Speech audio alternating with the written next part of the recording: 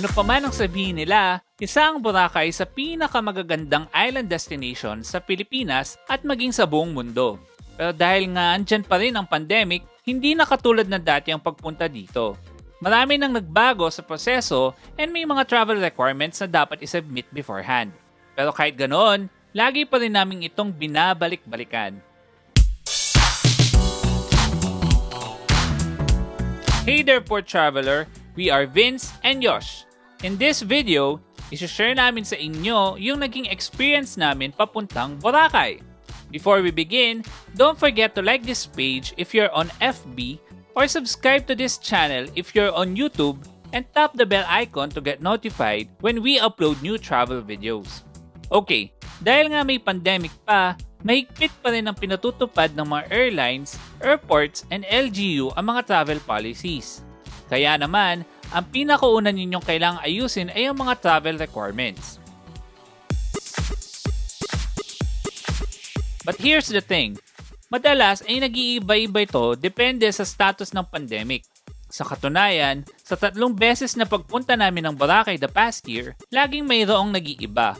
For example, yung pinakahuling trip ko noong December, hindi kailangan ng negative test result para sa mga fully vaccinated travelers. Pero dahil sa pag-surge ng COVID cases sa bansa noong January, ibinalik ito sa listahan ng mga requirements. Tapos ngayong February, hindi na ulit ito required sa mga bakunado. By the way, sa video na to, magkakasama yung mga footage from 3 different trips ko, so may makikita kayo na naka-face shield pa pero hindi naman na yan required ngayon. As of this recording, narito ang pinakahuling listahan ng mga requirements para sa mga non-Aklanon tourists. For fully vaccinated tourists, foreign or domestic, kailangan ng proof of vaccination. It can be a vaccination card, VaxCert PH, or an international certificate of vaccination from WHO. Kahit alin dyan ay okay. You're considered fully vaccinated if 14 days na since makomplete mo yung dose ng vaccine. For non-vaccinated or partially vaccinated tourists naman, need mo lang negative RT-PCR test result taken within the past 72 hours. RT-PCR test must be done by any of the accredited laboratories.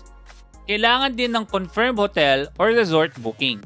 Make sure that you book a hotel with certificate of authority to operate from the Department of Tourism. Mayroon kaming listahan ng mga hotels na ito sa website namin, www.theporttraveler.net, or check nyo lang ang link sa description ng video na to.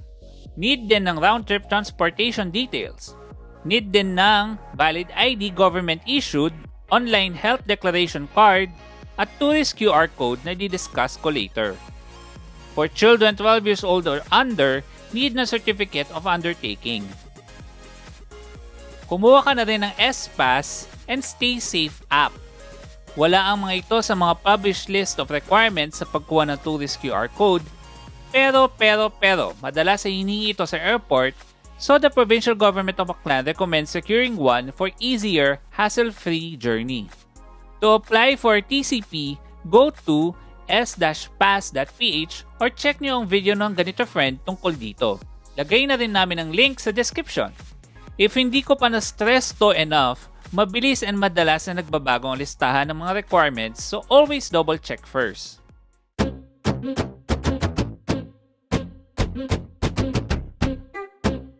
Once you have the requirements, accomplish the online health declaration card o OHDC. To do this, punta ka lang sa www.touristboracay.com and click Boracay on the homepage. Tapos, sagutan mo lang ang form with all the required details and click Submit. The form will ask you for info on your health, accommodations, and itinerary. At the bottom of the same OHDC page, makikita mo ang section kung saan mo pwedeng i-upload ang required documents. Previously, ang submission of requirements ay ginagawa via email, but it has since been integrated in the OHDC form. Tandaan, only JPEG, PNG, and PDF files smaller than 2 MB are allowed. If your file is bigger, you need to resize it first. And make sure to send only valid documents. Keep in mind that falsification of documents is punishable by law. Kapag uploaded na lahat, enter the CAPTCHA code and click Submit. Sa next page, makikita mo na yung unique OHDC QR code. You may click the preview and download button to keep a copy of your QR code. Pwede mo itong i-print or i-screenshot. Keep this QR code with you at all times when traveling to and around the island. Ipepresent po kasi ito at various points during your trip, including sa ports of entry and exit. Sa experience namin, as early as airport check-in pa lang, hinahanap na kagad to. Tapos, hinahanap uli prior to boarding. If for whatever reason, you didn't get an OHDC QR code or you failed to save it, need mong mag-start ng new application. While the OHDC QR code is generated automatically, your documents will still go through a manual validation process to check if they are all authentic and complete. If the validators have any concern with your submission, kukontakin ka nila via phone call, text, or email. If you're asked to submit additional documents, you must comply by sending an email to touristboracay@gmail.com with the subject following this format.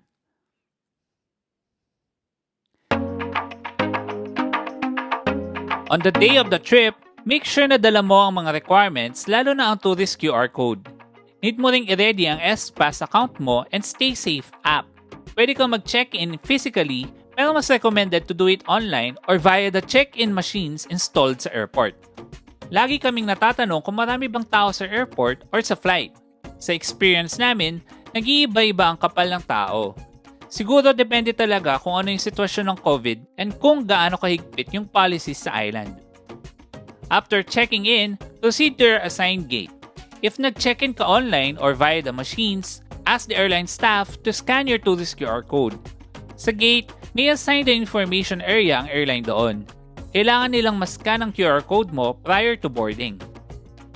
Pagdating sa Caticlan Airport, need mong i-ready ulit ang Tourist Boracay QR code mo, tsaka ang boarding pass and one valid ID. Strict ang mga officers dito kaya mabilis na umuusad ang pila. Sa 3 beses ko dito simula na nag-start ang pandemic, consistent sila na maayos ang sistema.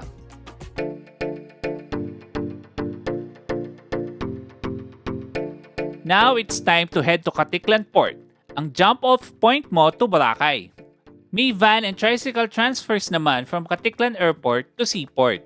May mga counter sa loob ng airport kung saan ka pwedeng mag-book. Tapos, nasa labas ng ticketing area kung saan ka magbabayad. Sa Caticlan Jetty Port, dadaan ka muna sa X-ray machines. Pagkatapos, approach the tourist verification counters. I-ready nyo na ulit ang Tourist Boracay QR code and one valid ID nyo para mabilis ang pila. Then, settle the terminal and environmental fee. Ito ang mga rates.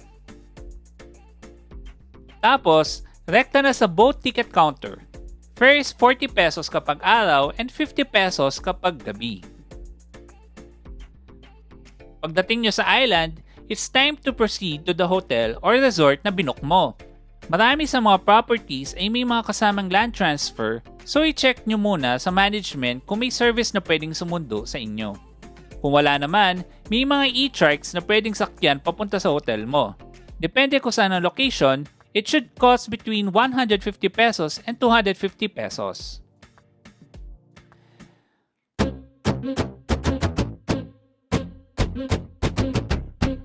Bilang isa sa mga destinations na naunang nagbukas, buhay naman na ang Boracay. Although marami pa ring establishments ang sarado, karamihan naman ay bukas and operational na. Mas konti ang tao kumpara noong pre-pandemic times, kaya mas lumilitaw ang natural na ganda ng island. But remember, always wear a face mask.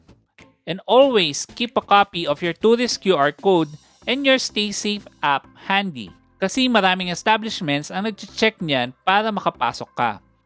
Ayun, if you need more information about traveling around Boracay, you'll find comprehensive travel guides with sample itineraries on our website, www.theporttraveler.net, or check out the links in the description. If you have questions or kung nakapag-Boracay ka na rin recently and meron kang gustong i-share na additional tips, i-comment nyo lang below. You can also follow or message us on Instagram, TikTok, and Twitter. Just look for @theporttraveler. Single L ha! If you have Spotify account or Apple Podcast app, follow and tune in to the Poor Traveler Podcast. That's all for now. Remember, plan smart, travel safe, and make every trip worth it!